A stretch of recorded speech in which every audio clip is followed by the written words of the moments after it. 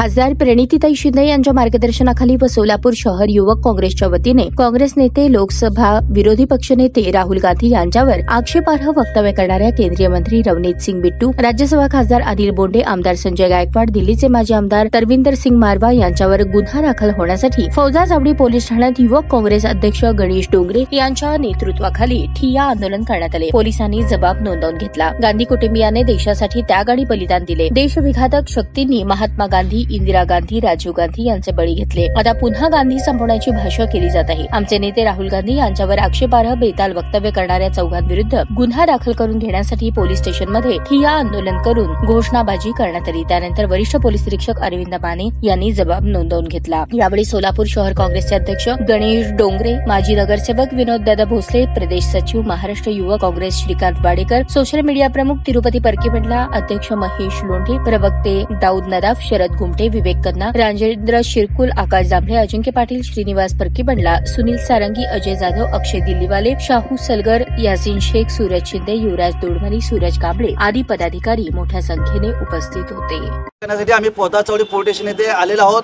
जोपर्यंत या 4 जणांविरुद्ध पोलीस स्टेशनमध्ये एफआयआर दाखल होत नाही तोपर्यंत आम्ही युवक काँग्रेस या ठिकाणी हलणार नाही। आपल्याला माहित असेल केंद्रीय रवनीत सिंग बिट्टू यांनी असं म्हटलं आहे की राहुल गांधीने की देश का बडा आतंकी, असं राहुल गांधीला त्यांनी वक्तव्य केलं आहे। तसेच आपले महाराष्ट्राचे खासदार अनिल बोंडे यांनी राहुल गांधी यांचे जिभेला चटके दिले पाहिजे असंही त्यांनी वक्तव्य केलं आहे। शिवसेने गटाचे आमदार संजय गायकवाड यांनी राहुल गांधी जीभ जो कोणी छाटून आणेल त्यांना 11 लाखाचं बक्षीस देतो असे त्यांनी म्हटलेले आहे। आणि दिल्लीचे माजी आमदार तरविंदर सिंग मारवा यांनी ज्या पद्धतीने इंदिरा गांधींना मारलं गेलं त्याच पद्धतीने आम्ही राहुल गांधींना सुद्धा मारू असे बेताल वक्तव्य करत आहेत। परंतु देशाचे पंतप्रधान नरेंद्र मोदी, महाराष्ट्राचे मुख्यमंत्री एकनाथ शिंदे हे गप्प आहेत।